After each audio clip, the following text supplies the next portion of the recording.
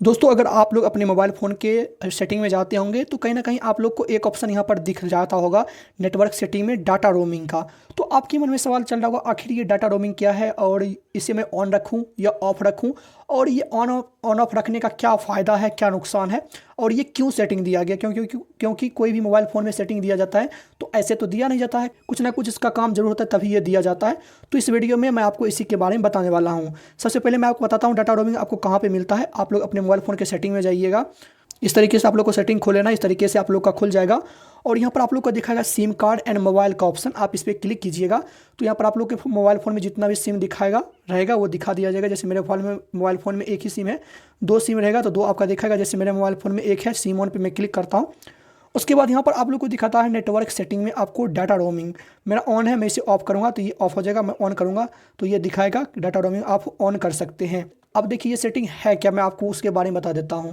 जैसे मान लीजिए मैं इस सिम कार्ड को बिहार में खरीदा हूँ, ये बिहार का सिम कार्ड है, और अगर मैं अब बिहार के अलावा अदर स्टेट में जाकर रहता हूँ, दिल्ली हो गया या मुंबई हो गया, कहीं पर अब मैं रह रहा हूँ, तो यहाँ पर मुझे डाटा रोमिंग ऑन रखना होगा। अगर मैं इसे ऑफ कर दूंगा तो हो सकता है मेरा नेट नहीं चलेगा या कुछ प्रॉब्लम होगा। अच्छी तरीके से नेट चलाने के लिए आपको डाटा रोमिंग ऑन रखना पड़ेगा।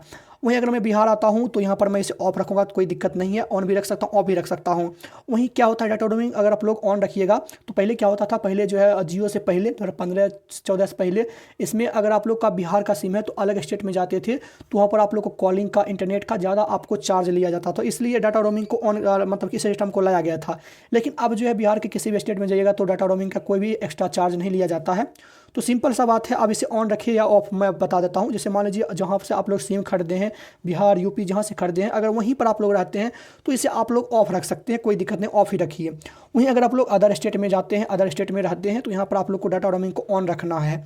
अब एक चीज़ मैं और बताना चाहूँगा, अगर डाटा रोमिंग ऑन ऑफ, और एक चीज़ मैं और आपको बताना चाहूँगा, अगर आप लोग का मोबाइल फ़ोन में अच्छी तरीके से बात नहीं हो रहा है और आप लोग का इंटरनेट नहीं चल रहा है तो आप लोग सेटिंग में आइए, यहाँ पर आप लोग डाटा रोमिंग को ऑन कर दीजिए, या ऑन है तो ऑफ कर दीजिएगा, आपका काम हो जाएगा।